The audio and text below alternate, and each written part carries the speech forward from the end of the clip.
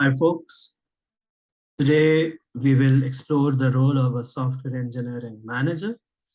This is a rather unstructured video, and it will be followed by a more structured one, but this is in its essence and characteristic an informal, unstructured discussion, so to say. So this role of that of a software engineering manager is very prevalent in the software industry. And let's try to explore what this role entails. All right, so you have software engineers, let's say this is software engineer one, software engineer two, so on to software engineer N, to generalize it. And then let's say I'm just trying to make sort of an organogram, a generic organogram template, so to say, to drive the conversation forward. And let's say you have a team lead. And just like this team lead, this team lead, let's say, just a moment. This team lead, let's say he or she is team lead number one. And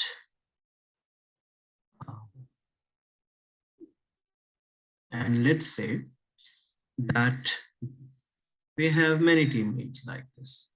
So every team lead is responsible for leading or managing, we'll dwell on this later, software engineers. And let's draw a line of separation, and let's say there are team lead one,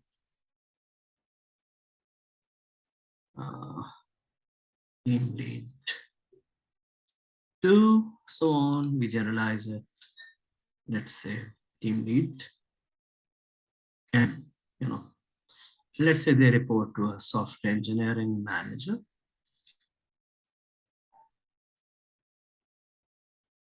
Or there could be another hierarchy in between these, like a senior team lead or stuff, but you get the idea. And let's say, just like this, in an organization that's large enough, you have software engineering manager one, software engineering manager two, and so on and so forth. Let's say we generalize it to software engineering manager. Let's say K, whatever that number K might be. And let's say they report to a senior software engineering manager, right? So, and let's say if we have, let's replicate this even further. Let's replicate this further, and we'll see. This will give us, some kind of starting point to carry the discussion. All right, so let me generalize this further in the form of hierarchy. And let's say there is this senior. Let me rather rename it as for better structuring it. Just a moment. Let me just delete this, and there we go. All right. So let's say we have senior software engineering manager one, then senior software engineering manager two, so on and so forth. Let's say senior software engineering manager. Let's say J. And let's say they report to a director. And let's say we have many directors like this. So let's say we have this director D1, D2, so on and so forth. We generalize it. Let's say DA. And let's say we have a senior director.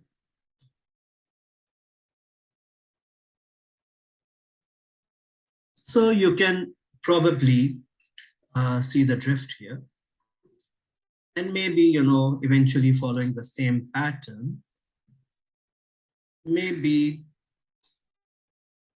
these senior directors, they lead to, like VP or something, VP engineering, VP this and that.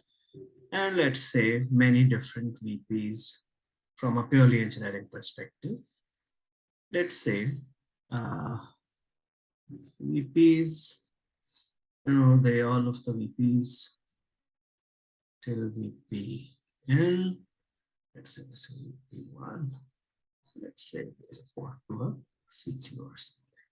All right. So let us make the same nomenclature here.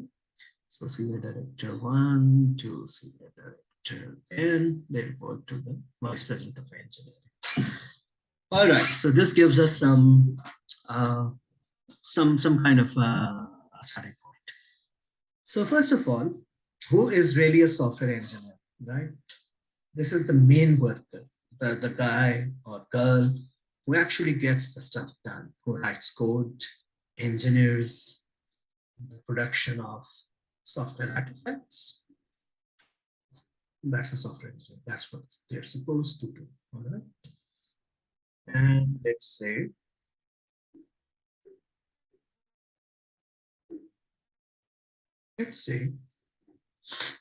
so these are the guys who are doing the actual work. This chap, one girl here, all of them. So the basic question is, why is a team lead needed? Well, why do we really need a team lead, right? In some organizations, depending on however they have their HR rules and promotion scenarios, there could be another hierarchy between senior software engineer and team lead. Could be that of a senior software engineer, but you get the drift. So what really is the purpose of a team lead? And let's say there are many team leads who, let's say, report to a software engineering manager. So why do we really need a software engineering manager, right? And for those of you who are perceptive, must have noted that over here the term used is a team lead. It implies leadership. And over here the term used is that of a manager, right? So this is interesting. And actually, why this is interesting, I'll dwell on that later, and I may not fully agree with this nomenclature, but I'll let you know my reasons and give you points to think about. Disagree with me, agree with me, but at least think about it. Okay. So the first thing is team lead implies leadership.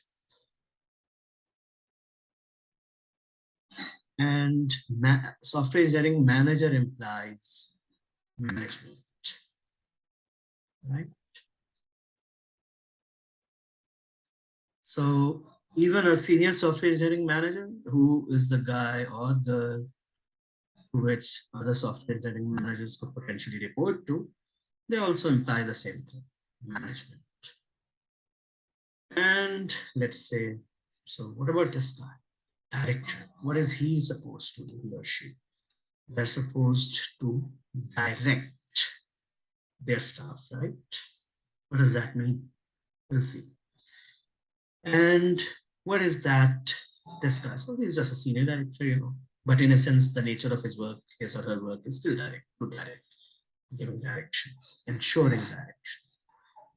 And so let's say this person who all the senior directors could report to is a VP engineering, so a vice president, a senior position.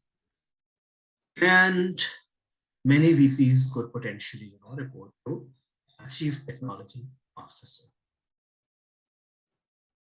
So the interesting thing is that for the role of the CTO, for the role of a VP engineering, for the role of a senior director or that of a director, at least in terms of title of the role, neither leadership nor management is employed, right? So this is interesting. We'll dwell on all of this in a multiple series of uh, lectures, discussions, but this is the generic landscape that will guide the discussion. And the specific lecture of today, we'd keep it focused on the software engineering manager role, but by virtue of the fact that they have to manage team leads and software engineers in some cases. So we'll have to, think about what a team lead does and what a software engineer does. So I say this because sometimes, depending on the nature and culture, the types of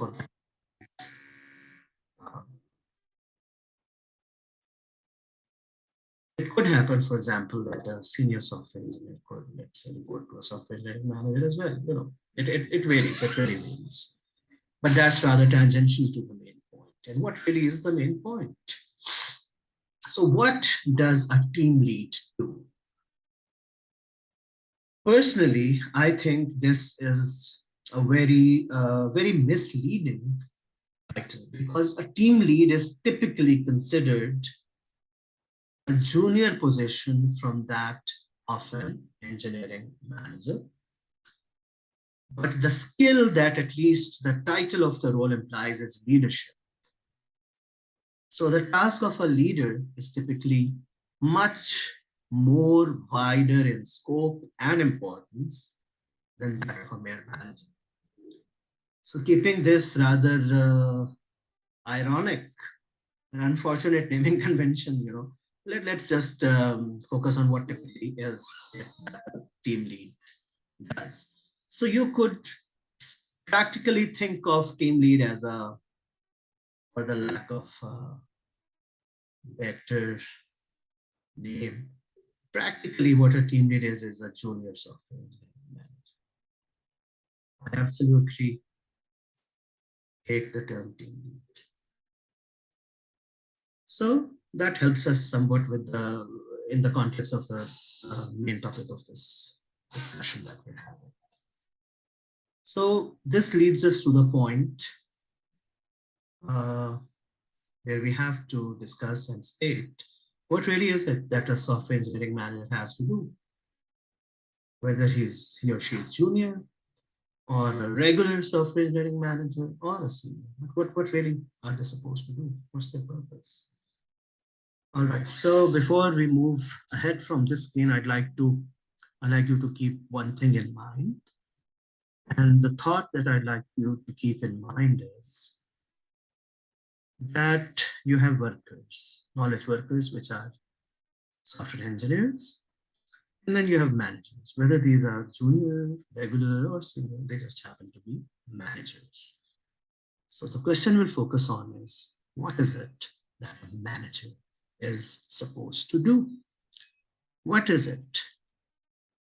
What is the value that the role of a manager, generally speaking, adds, and specifically in a software engineering organization, that of a software engineering manager adds? What's the value, right? Why bother? We'll talk about that. So let's now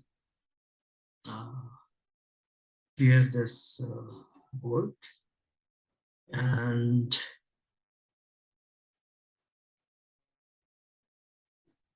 and then let's see what happens. So the kind of stuff that a software engineering manager is supposed to do is, as the name implies, is management.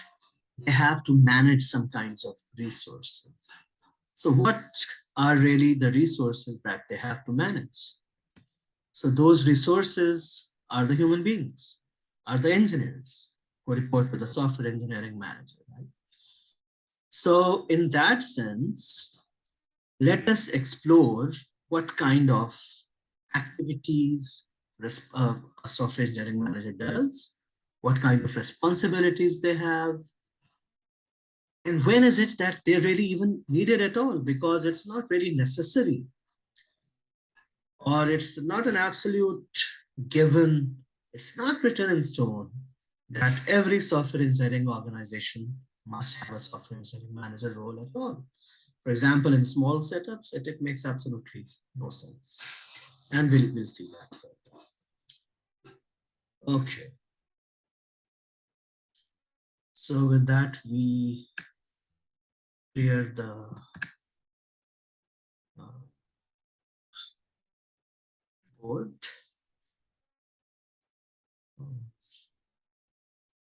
Let me rather open the whiteboard.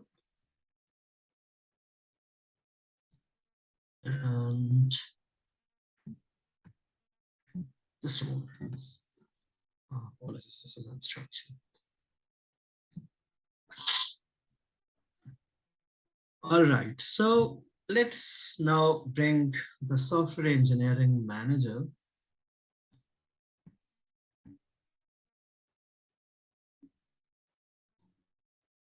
in the center as we explore the role further.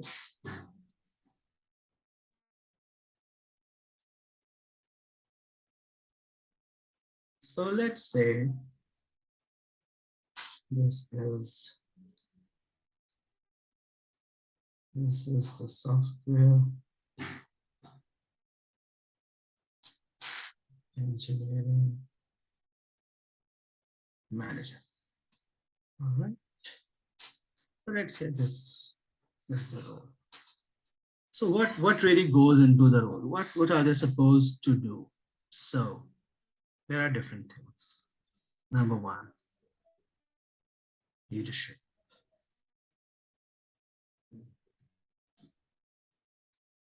Do note that this is not the same as management, and we'll dwell on that in just a short while. There is overlap with HR functions, right? Like hiring, firing, promotion, demotion, etc. That's where the manager's role is. That's one of the responsibilities of a manager. Then you have to groom your people.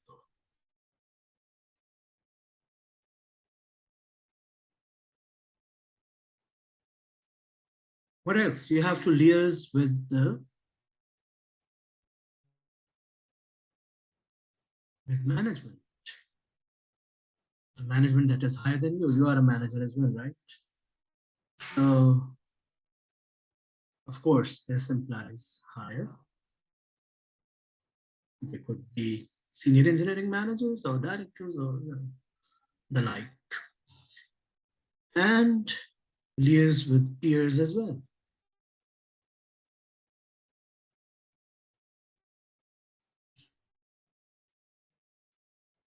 Could be other software engineering managers from other departments.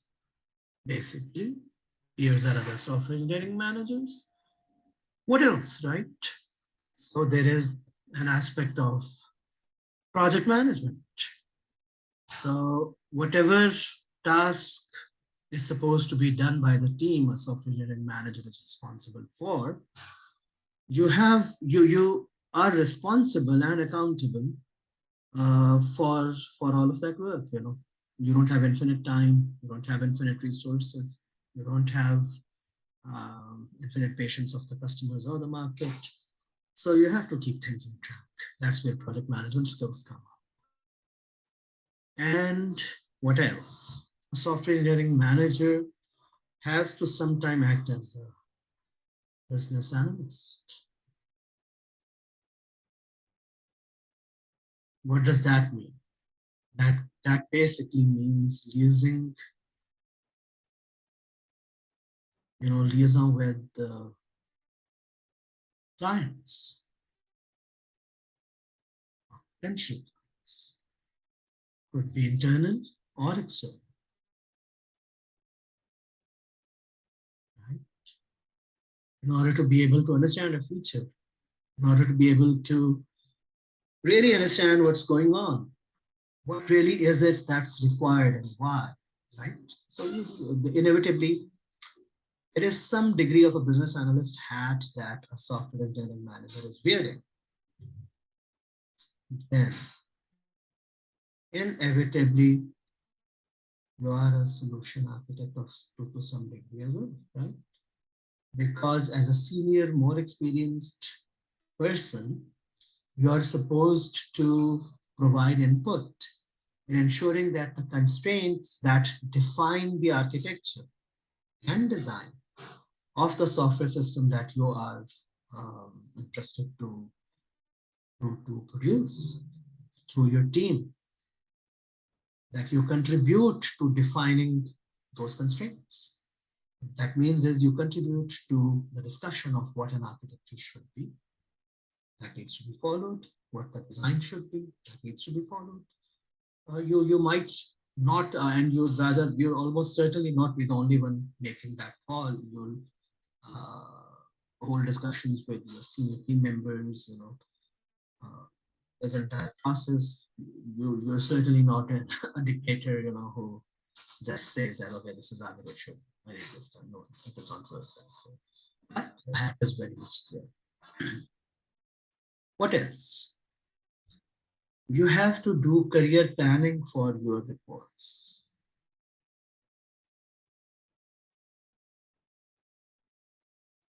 Right? This is a manager's job.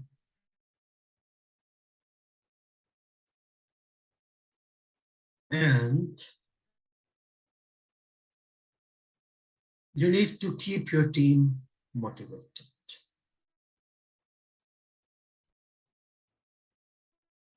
And as we'll see, this is very much, related to the leadership skills. Motivation is all about leadership. It's not about management, right? We'll dwell on that a bit in a bit. So let me indicate this via a dotted line. Let's say that they have some kind of a relationship between the team motivated and leadership skills. All right. And just like that, grooming your people is, of course, related to career planning. So let's see if we have missed anything. I think this is pretty much it. Maybe we could add, it goes,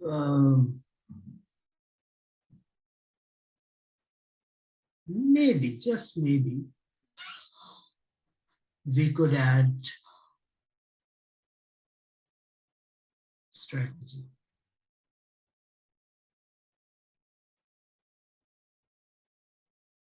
We'll explain that. Right? Strategy typically is a job of senior leadership.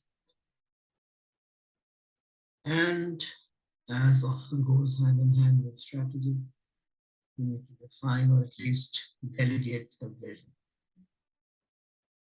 All right, I think this really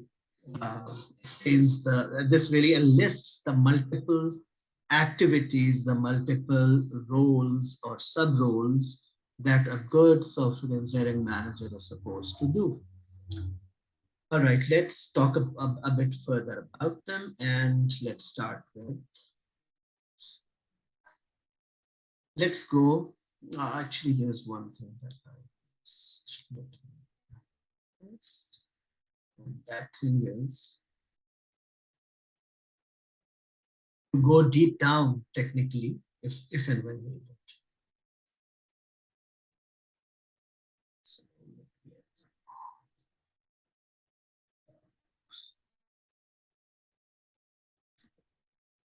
So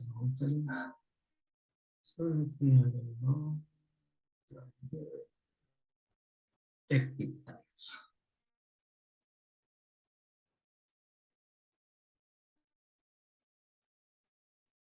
Right? This could mean many things, coding, code review, etc. All right. So let's say, now let's talk individually about all these aspects. Let's go top down. Let's talk about vision. So no matter what activity any organization is doing, there has to be a vision coming from the senior management, which puts everything into proper context. The vision has to answer the questions uh, like, why are we even doing what we're doing? What is it that we want to achieve? Right? What is our objective as an organization, as a sub-organization? What do we want to do? What change do we want to impact, um, make happen, right? What really is our vision? So vision is closely related to objective as well. So that is typically defined by senior management, but it must be part part and parcel of a software engineering manager's DNA. And to enable that, to ensure that it happens, it has to be imparted from top down, from the senior leadership, from CTO, or trickling down all the way to the software engineering manager. And it's their responsibility to ensure that the team working under him, the team that he or she is responsible for, they must understand the vision in order to give context and meaning to all of their activities, right? So here goes the vision. And with that, let's talk a bit about leadership. So what really is leadership? That's a tough nut to crack, basically. So the way I'd like to answer it is, what is it that a leader does? What they basically do is they unleash um, your human potential, basically.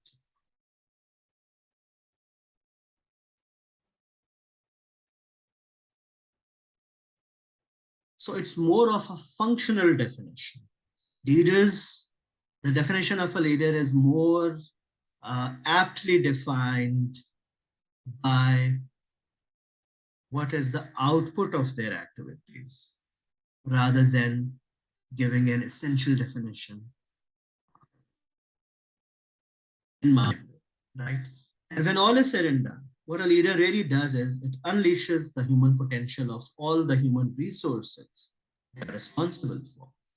So in a technical organization, a technical leader is, in the final analysis, responsible for ensuring that the entire human resource under their command, under their organization or sub-organization is led well. That means each of the technical uh, people comprising the human resource under your org or sub-org, the degree to which you have contributed in unleashing their human potential, which in this context uh, is is somewhat confined to the technical oriented human potential, even though there are overlaps with soft skills and planning and this and that, but it's basically technical human potential. Human potential which expresses itself in terms of technological artifacts, right? So that is technical leadership. And of course, we could have some kinds of essential, essential definitions, what makes a good leader. So for example, it is one job of a leader to keep their staff motivated. but there are really no sure shot recipes for them. There are best practices, but in the final analysis, it is a judgment call. It is something that a human being does. Even though you can be coached into leadership, you kind of instinctively know if someone is being a good leader or not. And to pigeonhole it into some kind of a specific category, which can be defined by bullet points of attributes, is not does not really do justice to what leadership is all about, even though it's helpful, right? So with that, and there's just one final point I'd like to make that. So what is leadership versus management? So in my view, management is a set of skills which is relatively easy to teach, right? You can have a curriculum of, um, let's say, making someone a good engineering manager or what kind, any kind of manager, right? Because it is relatively skill oriented. It is relatively more linked to what can be easily measured and empirically measured, as opposed to leadership, which is, in a sense, even though it can be indirectly measured, but it's rather difficult. Management, so these are things like, for example, manage all of these things that I've written. Actually, we will dwell on that. So all of these are, in a sense, basically, except the motivation part and what I put together over here as leadership. Everything else over here is basically, in a sense, either the technical skills or management skills. They are distinct from leadership skills. All right? And let's see. So with that, this is done. And let's talk about the overlap with HR, right? So for example, you as a software engineering manager, you could lead new staff, you liaise with the HR people, you write the JD, you float the JD, you discuss with the HR what career ladder, will the person, whoever is to be hired, will land in, if there are any levels or titles that they will be assigned, what would be their compensation and benefits, and so on and so forth. All of that stuff is necessary for software engineering manager because they have to manage their human resources. So there is a significant overlap with that work of HR. This is done in conjunction and tandem with the HR basically. And of course, this means firing people, promoting people, hiring people, and so on and so forth. Keeping track of the progression of the people you're responsible for, etc. Right. So you're also responsible to groom your people, right? And this has a. Let's talk about these together. This aspect of career planning for your direct reports and grooming your direct reports. So, and this has this really requires you to use your skills as a manager, but also as a leader, because you have to be truly invested in ensuring that people in your organization are progressing, that they are growing as individuals, that they're growing as technical human resource, and they're growing as human beings. And manifestations of that growth should be in terms of career progression in a direction which they want, and also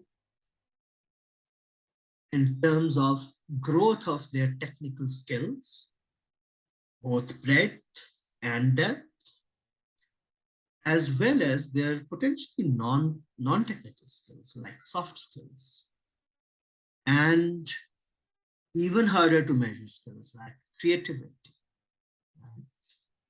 that their full expression as a human being, because creativity in a technical uh, person has direct bearing on their productivity, basically. So all of that is the responsibility of a software engineering manager. So how do you exactly do that? We could talk a lot about that. I'll just be brief. So you take a snapshot. So you take a snapshot of your snapshot of current skill set of individual people who report to you. You keep a track of it. You discuss with them what are the gaps that they could be aware of, the human resource. It could be their blind spots, which they're not aware of, but you can make them aware of. And then you agree on a path of growth where you would like to see them improve from the level they are currently to a level that both you and they agree to reach in a certain time frame. So that has to be tracked. That is what it is in a sense. And this also manifests as career growth as well. More tangibly in terms of a promotion, in terms of a bonus, in terms of change of role, etc. But it is very much your responsibility as a software engineering manager to be truly invested in the career planning, in the well-being, the growth, in the full expression of the people that you are responsible for. Of course, it has to be aligned with the vision of your organization. You cannot just randomly make them grow in a technical direction which has no bearing whatsoever on the specifics of your technical organization or their objectives, right? But within those constraints, there's a lot that can be done and that should be done, and that is the job of a software engineering manager. So this career planning also has an overlap with HR, of course. They would have predefined criteria for when is it that anyone, any human resource is supposed to, get a promotion or a bonus or a pay increase, etc. And this goes both ways. You could have a discussion with the HR, you could possibly make them change their policies, you could give their input, so on and so forth. All right, so I guess we have talked about this. So next comes let's talk about strategy first. So what is strategy? The definition that I really like the most is it's the art and science of maneuvering conflict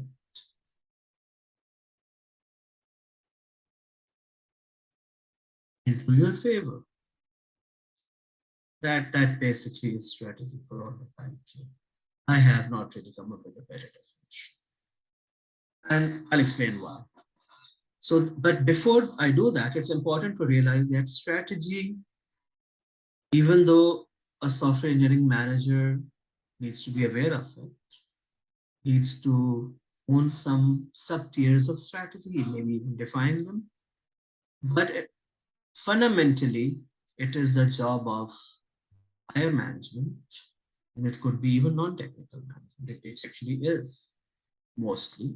So what does that mean? It means the CEO, the CTO, the CIO, maybe the VPs and directors and so on. They could have their input.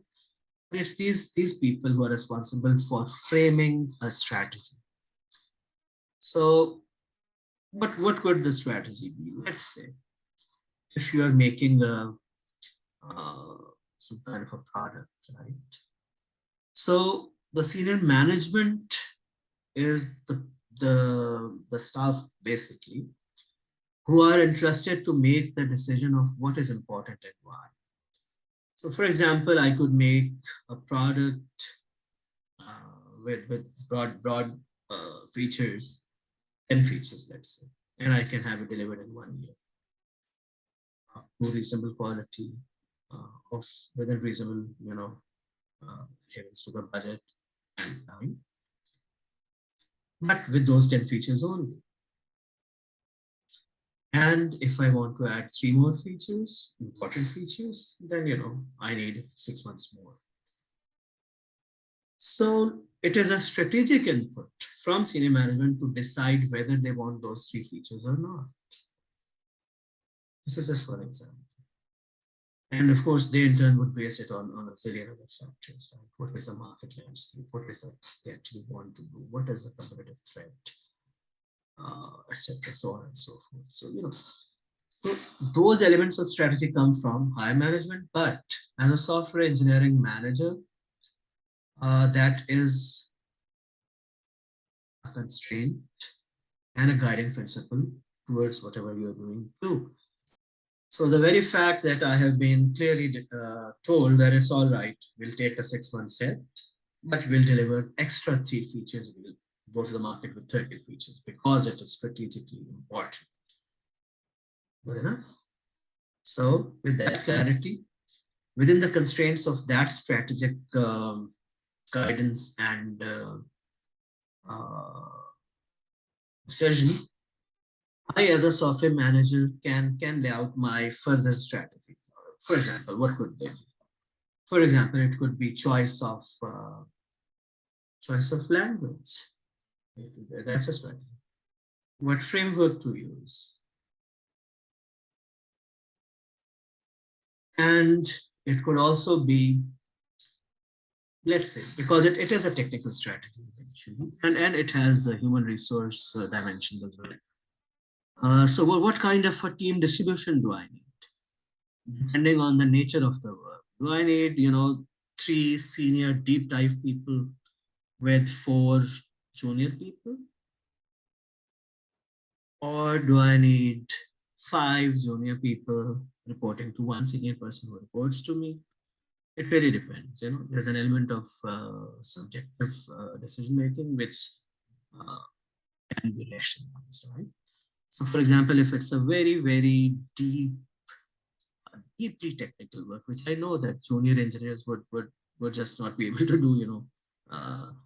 So it is in my best interest if I want to deliver them on time. It is my judgment, it is my past experience, it is my own skills, which tell me that if I have to get that job done, I rather need 3 very senior, deep people on my team, assisted maybe by 3 or 4 junior people, right? So I made a strategic decision within the constraints of whatever umbrella strategy that was provided to me. So here goes strategy. I hope you get the drift. And so next we discussed liaison with the senior management. So I have to engage with my boss, which could be a senior software engineering manager, or it could be a director, or it could be a VP or CTO, even whoever. I have to liaise with them. They'll need to tell me what is it that within their context, within their abstraction level in the organogram, they need done, what is happening uh, overall in the company, what's the senior management thinking. My boss would want me to give them a feel of things going on track, what if anything wants to be needs to be changed, so on and so forth. And I'd want to listen from them. What's the what's in the air, let's say what is being talked about in the halls of senior management folks, right?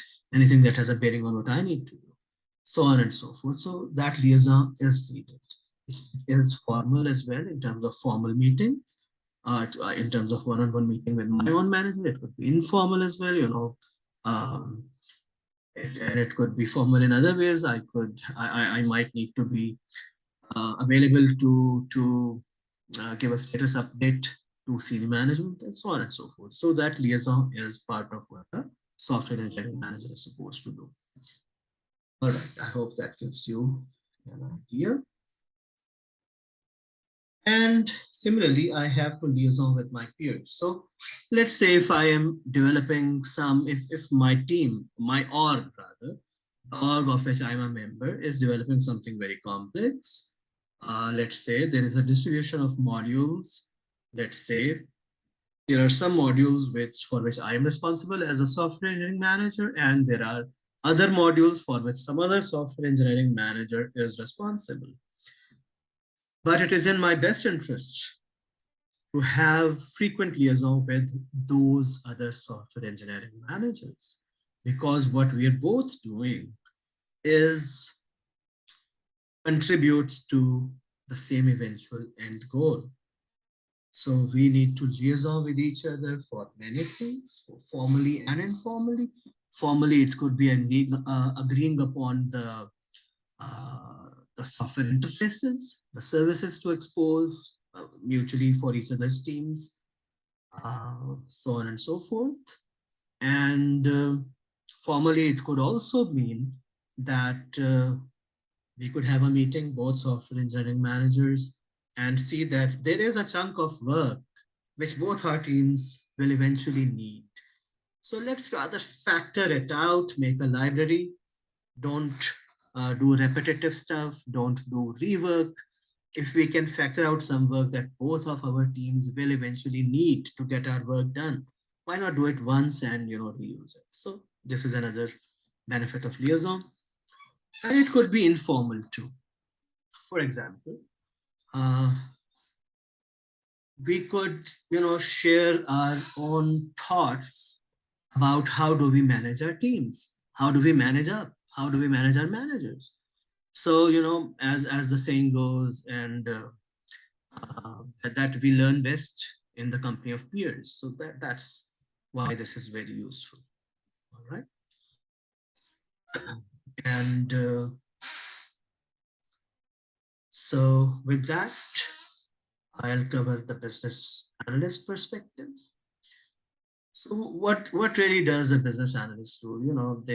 You can, in a sense, this is when all is said and done, this really is requirements analysis. Because at the end of the day, nobody uses software just for the purpose of using it. It has to serve a purpose, right? That purpose could be anything. It could be, it is, when all is said and done, something that your client wants to get their work done, right? That client could be internal clients. I could be writing software which is to be consumed by some other teams within my organization. It could be for the broader market out there. For example, if it's a B2C customer software, right? Business to consumer software. So it is, as a business analyst, I need to understand what does the market research say about it, the kind of product that is needed. I need to know that. I need to have some kind of survey of potential users. What do they want? Maybe do A/B testing and talk to the customers, have interviews with them to really understand what do they want, and of course, noting it down. Excuse me. So clients, whether they are internal or external, wearing the business analyst hat is necessary. Even if you have formal business analysts in your team, even then, it is inevitable for a good software engineering manager to wear that hat, because you are responsible for getting some work done. And it is important for you to understand the context which exists for all of that work. And the context is defined by the requirements, by what the client wants. I need to be aware of that context, hence this. All right. So with that, the solution architect. So as a senior technical person, someone with a lot of technical expertise and experience under the belt, I am expected to provide good solutions to the problem at hand, technical solutions, and laying out their architecture, providing alternatives, evaluating pros and cons of each architecture, so on and so forth, to architect and design the entire thing. Software engineering manager often does require that role. Rather, from where I see it, it always requires that role. Whether the final sign off on the architecture is or is not done by the software engineering manager is not the point. That could possibly be done by a formal solution architect in your team. But as a software engineering manager, you still need to provide your input because you are the one who is responsible for getting it done, right? So this is important. And that is also a way in which you really contribute. Your technical skills are relevant here. And then of course comes the aspect of project management. So there's always resources are finite. So there's some work that needs to be done by your team, you and your team, that you are responsible and accountable for. It needs to be done within a given time, cost, and quality, right? The three corners of uh, the three corners of project management, basically. The saying goes that you have three levers: time, quality, and cost. So if you change the quantum of one of them, there's an inevitability change. So whatever the time, cost, and quality is agreed upon, it needs to be tracked, ensured that uh, they're being followed. And if there is a change inevitably happens, then it is the job of a project manager or the software engineering manager in their capacity of a project manager to ensure that the change is controlled and communicated. So change control, or more broadly, change management is what would be needed, right? So this could mean, for example, informing the senior management that, hey, we have to take a 3-week hit in the deadline, right? Etc. Etc.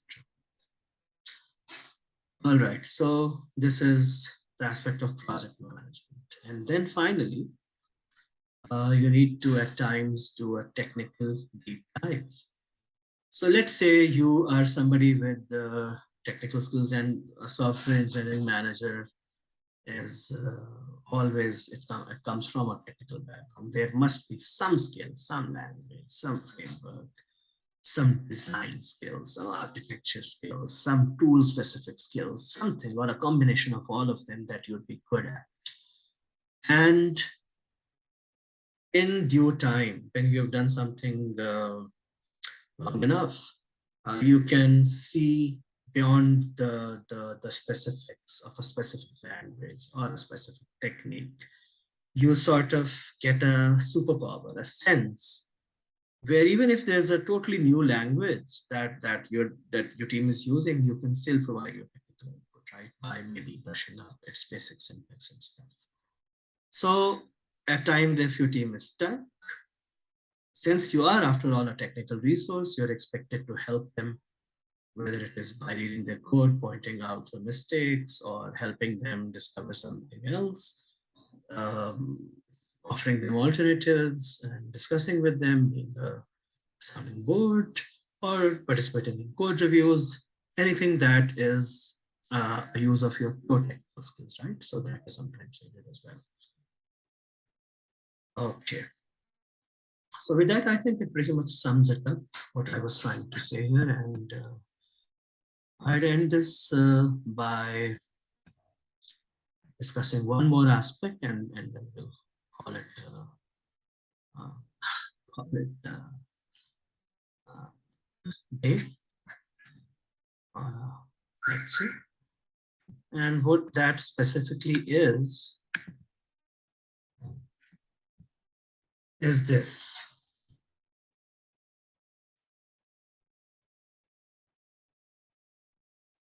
which is the need of a software engineering manager.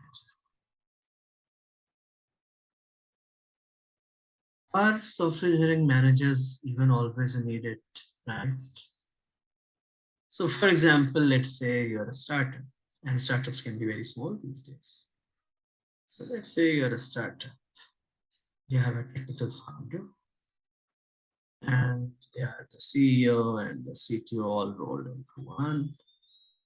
And let's say you have funding for 5 software engineers. And we have funding for maybe two QA engineers and one DevOps guy.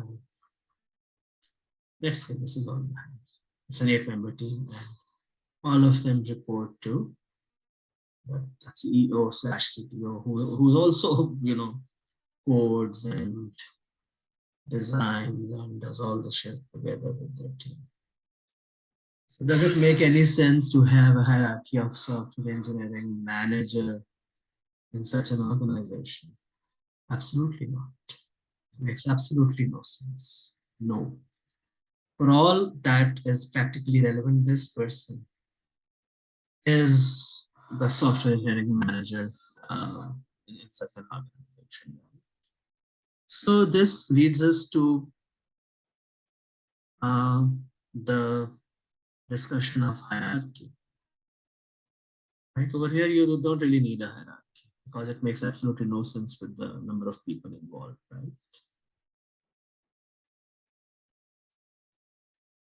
So, in a sense, this is hierarchy is divide and conquer.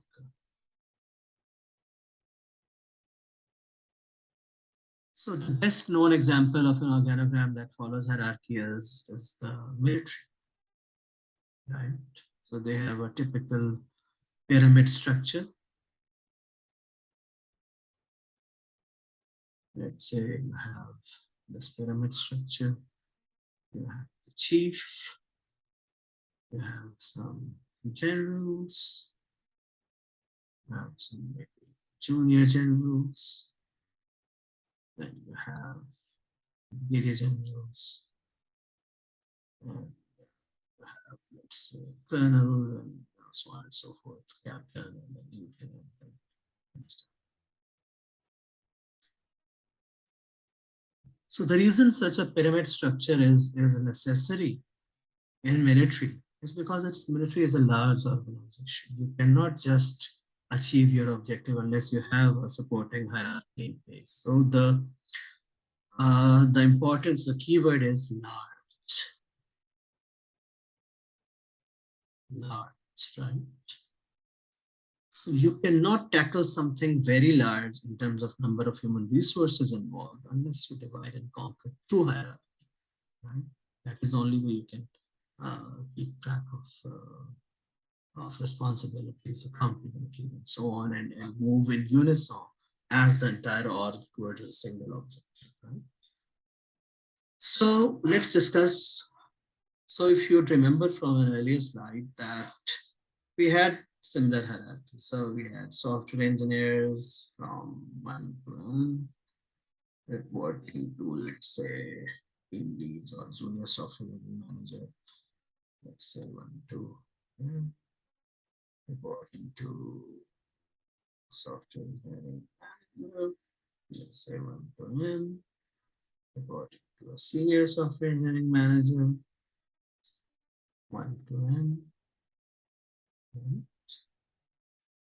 Reporting to a director, maybe, and then one to a director reporting to a senior director. It could also be multiple, reporting to maybe VP, who could also, by the way, be multiple, reporting to a CTO or a CIO or something similar. For in turn, reports to the CEO, that is our chief in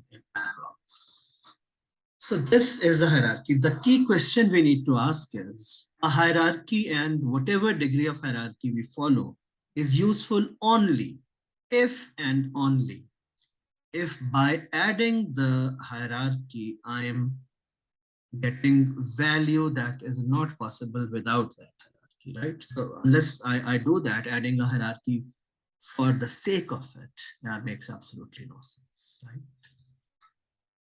So with that in mind, imagine an organization, let's say, which has 50 employees, right? So technical employees, a software organization or a sub So somebody has to do the coding, somebody has to do the automated testing, somebody has to do the deployment. So they are engineer workers of sort. They could be senior, they could be junior, right? So they are this worker. Majority of them have to be belonging to this category. So let's say if I have a 50 head count, I, I want to have a management overhead of, let's say, it makes absolutely no sense to have 25 managers, engineering managers, and 25 workers. You know, the overhead is an overkill in terms of, it's a horrible overkill, right? So when is the right point to add a hierarchy? So let's say I grow a team responsible, let's say, for a feature. Let's say I have 5 engineers, 5 SEs in a team, and it would be anywhere between 5 to 10, let's say, depending on the quantum of work and the natural affinity of the work. Right? Is that type of work closely related together to be grouped under the same team, right? So let's say if I have this team, I'd want I'd really want somebody to help me out with managing them. That's where a team lead comes in. A team lead, if you remember, I prefer to name junior software engineering managers, right? And they'll do all of the things that we talked about earlier, which adds clear value. You know, it helps the reports being more effective. It helps the HR being more effective. It helps the organizational effectiveness, right? Because a bunch of 50, 60, 70, 80, 90, 100 odd software engineers or engineers of various sorts, software engineers, uh, laying around, each doing their own work with no coordination to a manager, you know, it's not really most efficient. That is the value they provide. Similarly, if I have multiple teams who are doing some work, maybe developing different modules, I need to have an oversight, a broad picture, bird's eye view, somebody who can see um, beyond the tunnel vision of a particular scope on a broader level and guide and be responsible on a broader level. Then I need somebody, you know, I need some the bunch of those team leads to report to.